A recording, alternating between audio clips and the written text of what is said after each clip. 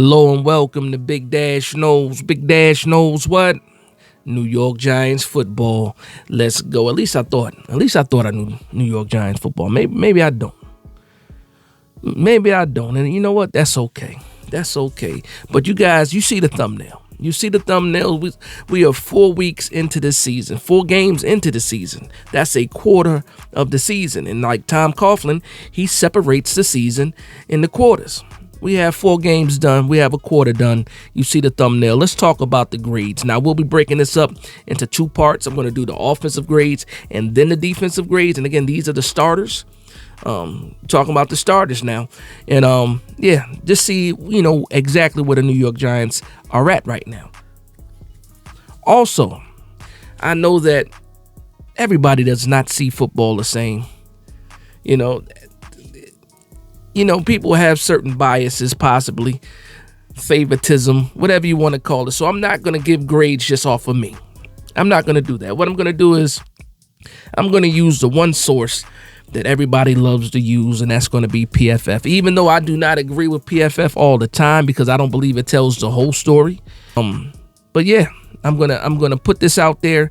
PFF, all the grades are going to be from PFF. Nothing is my own. If you guys do not like what you're seeing, reading, well, guess what? Take it up, with PFF. But where do we start? Where do we start with the grades for the New York Giants, especially when it comes to the offense? Everybody knows, no surprise, it's going to be the quarterback.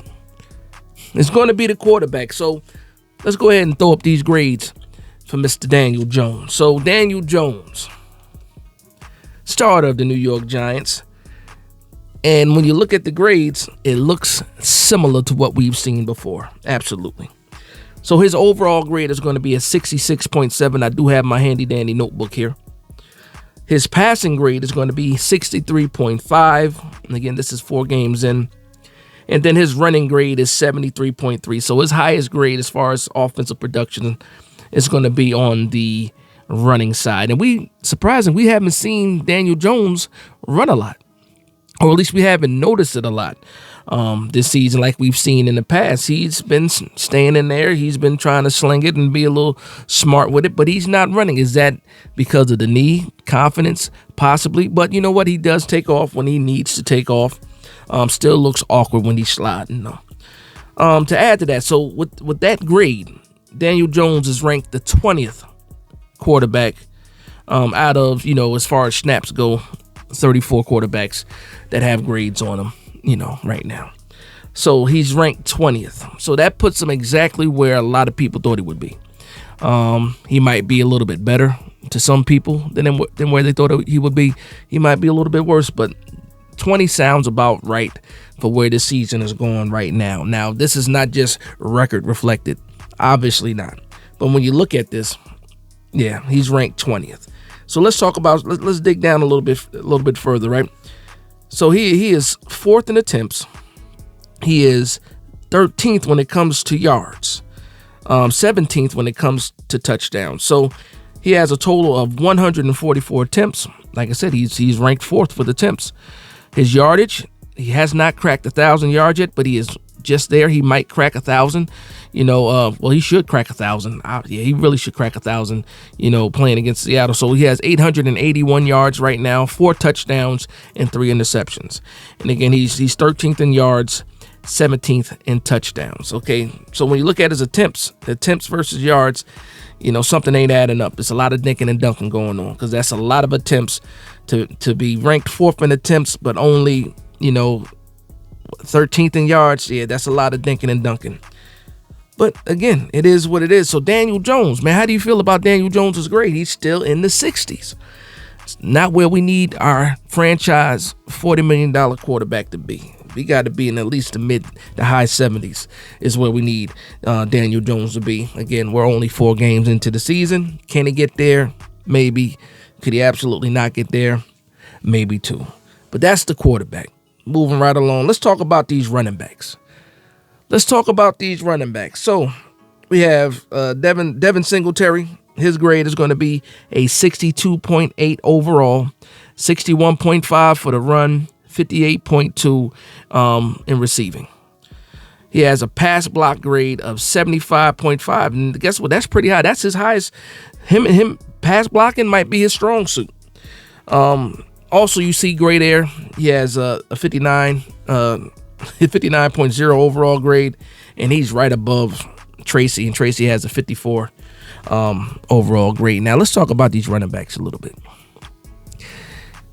Going into the season, we really thought it was going to be a running back. Well, I should say that I thought it was going to be a running back by committee.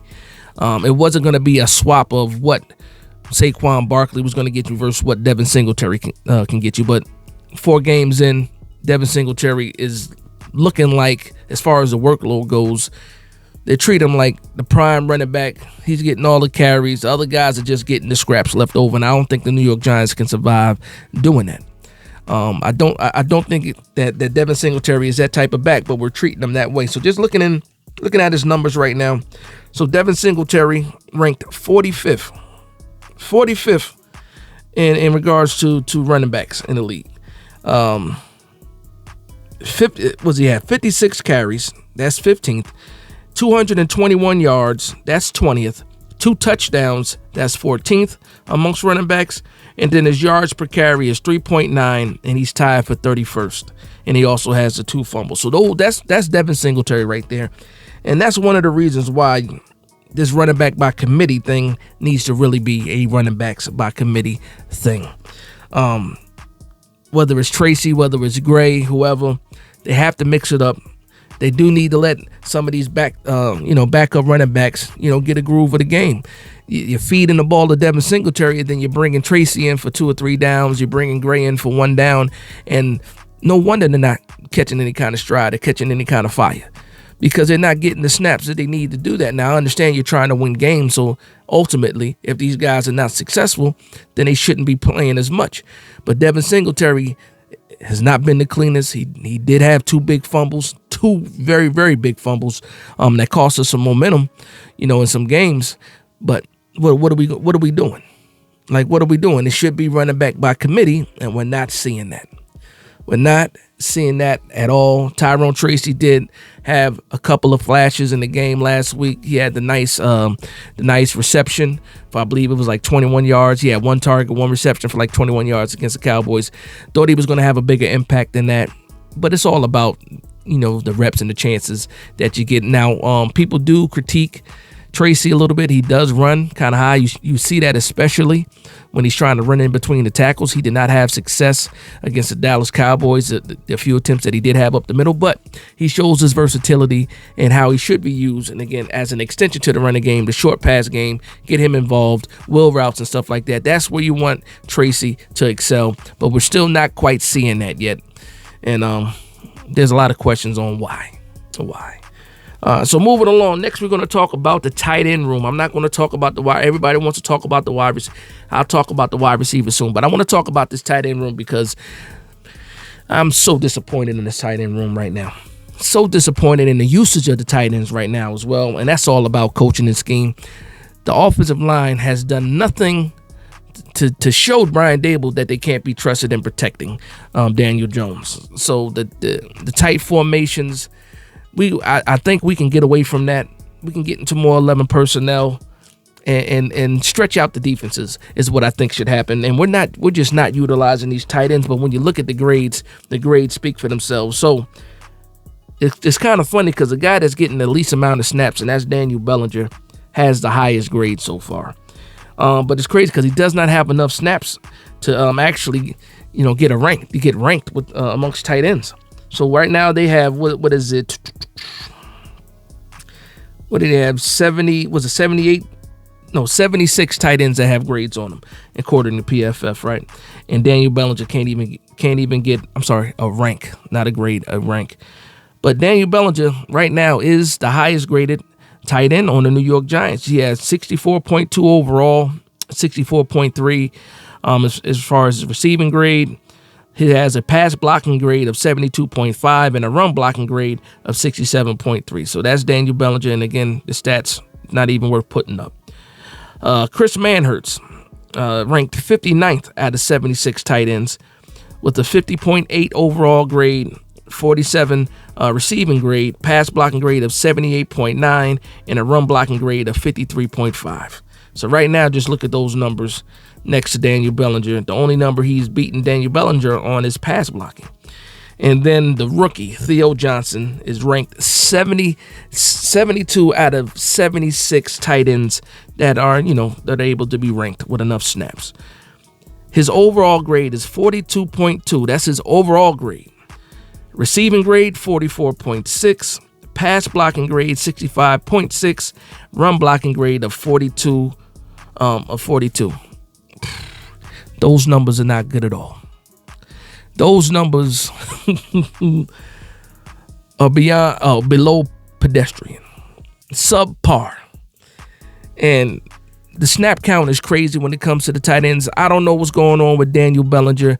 We have Jacob Johnson that they're using as a fullback now, so we should see more and more, in my opinion, of Daniel Bellinger as a traditional tight end, not as the H-back, fullback, slash this, that. No, he should be involved in the passing game. Now we're seeing them try to force Theo Johnson out there, and there's nothing wrong with Theo Johnson.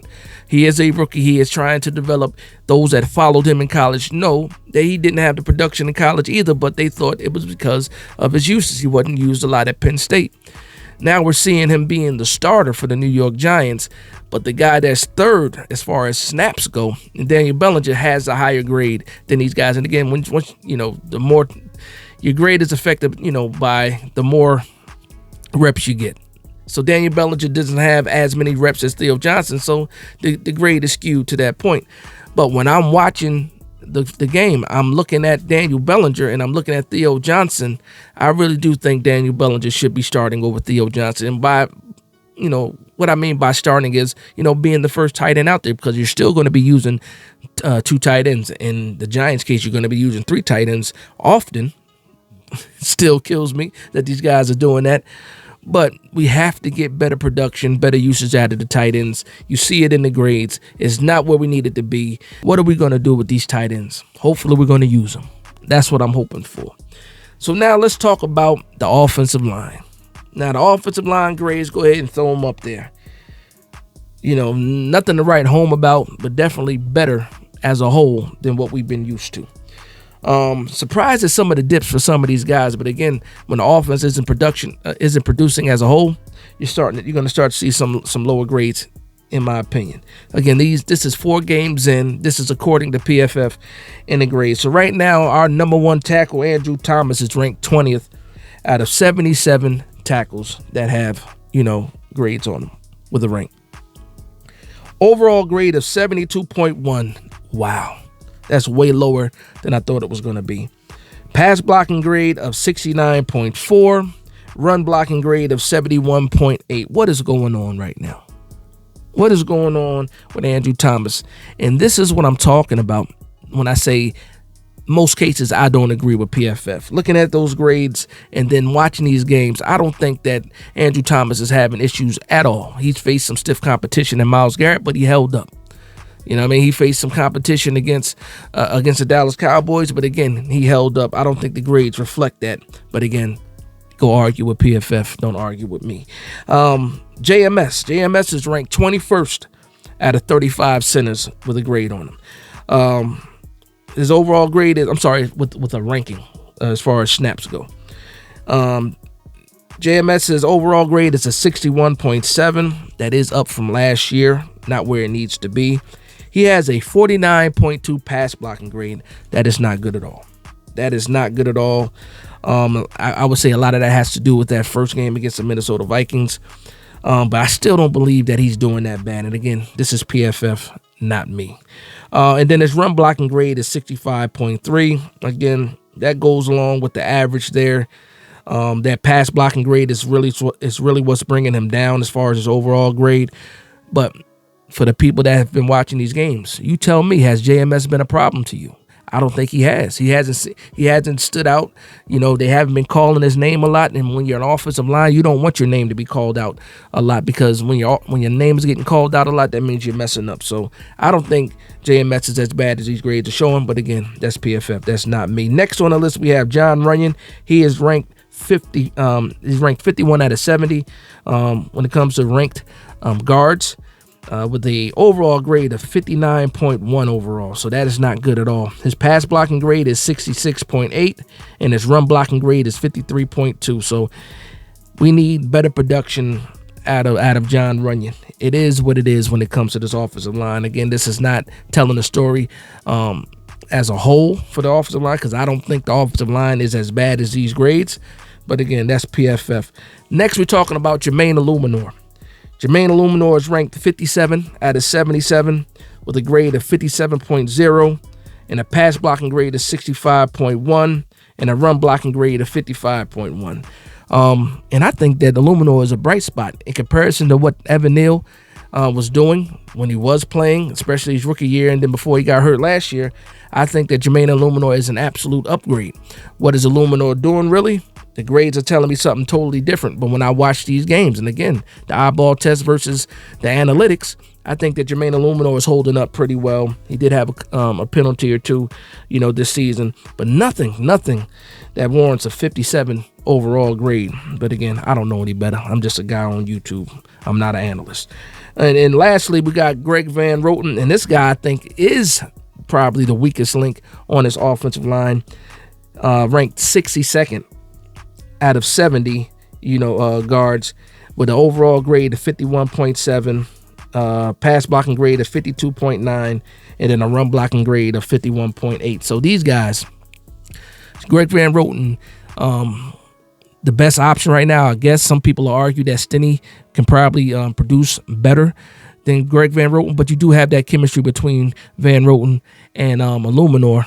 And to me, again, when I'm looking at the games, he doesn't stand out as being awful. I think the New York Giants can push the ball a little bit if they tried. I also think that pass protection has been pretty good as well with Greg Van Roten. But as a whole, again, PFF, the grades are telling you something different. What do you guys think about this offensive line? Let me know in the comment section down below, because for me, I think these guys are doing a good job, especially to what we've been used to seeing when it comes to the New York Giants and the offensive line. So with that being said, we're going to move it over. This video is already long. I'm glad I broke it up. I'm going to move it over to the wide receivers. And again, some things are not a surprise. Some things will surprise you when you look at some of these grades. So starting off, let's talk about the rookie sensation, Malik Nabers. Malik Nabers ranked ninth out of 122 wide receivers that are ranked. He has an overall grade of 80.4, a receiving grade of 82.0, and a rushing grade, because he does had a couple rushes, of 54.5. That's Malik Nabers right there. And when you look at his receptions, 35 receptions off of 56 targets, I believe, if I'm not mistaken, 386 yards, 3 touchdowns, and then, he has the 2 drops. But Malik Nabers is an absolute stud. The numbers could be a little bit better, but he's still the highest graded offensive player that the New York Giants have right now, and that's not a surprise. So shout out to Malik Nabers. Next, we have Wan'Dale Robinson. So Malik Nabers is ranked 9th as far as wide receivers go. Wan'Dale Robinson is ranked 54th out of 122 wide receivers. Okay, with a 66.9 overall, a 69 receiving grade, and then he also has 26 receptions, 194 yards, 1 touchdown, and 1 drop. So that's the production that we kind of sort of look for this time in the season from a wide receiver too, because he's clearly the wide receiver too now. 26 receptions is not bad. You keep that up, he might crack 100 receptions. And you know what? But when you look at the yards, 194 yards off of 26 receptions, that's dinking and dunking right there. Dinking and dunking, it is what it is. Darius Slayton. Darius Slayton is ranked 97th out of 122 wide receivers. His overall grade is 55.2. Receiving grade is 56.2. And then he has 10 receptions for 122 yards, 0 touchdowns, and 3 drops. And then a lot of people will be mad about some of these drops. It's become, somewhat of a debate on if a ball is catchable or not, but we see it here. 3 drops for Darius Slayton. How do you feel about that? But again, we're looking at the grades: 80.4 for Malik, 66.9 for Wan'Dale, 55.2 for Darius Slayton is just not good enough. So just for a little bit of icing on the cake, I did decide to throw in the numbers for Jalen Hyatt. Jalen Hyatt is not even ranked as far as wide receivers go out of 122 that have been ranked for PFF. Overall grade is 44.0. Receiving grade 46.5. He has 3 targets, 0 receptions, 0 yards, 0 touchdowns, and 1 drop. And that's our wide receiving room. And the funny thing is, the wide receiving room might be the strongest room, or is the strongest room, on the offense. And that's the kind of grades and that's the kind of production that we're getting. We are very top heavy when it comes to Malik Neighbors as his offense goes. And we cannot survive without being able to get more guys involved, like the tight ends, like more production with the running backs not named Devin Singletary. We have to find a way to get these guys involved. Brian Dable has to put on his coaching hat, get back to the drawing board, and we'll see what happens. Because they did have a mini bye week, if you want to call it that, between the Dallas Cowboys Thursday night game and now the Sunday game versus the Seattle Seahawks. We had some time to make some adjustments. We'll see what happens. Hopefully the New York Giants come back with a better game plan and look better, put out a better performance against the Seattle Seahawks. But that's going to be the video, the offensive side of the ball, quarterly progress report, grades from PFF. Let me know what you guys think about it. With that being said, though, I want to thank everybody for vibing with me. Please like, comment, and subscribe. And from one Giants fan to another, this is Big Dash Knows, Big Blue Nation. Let's go.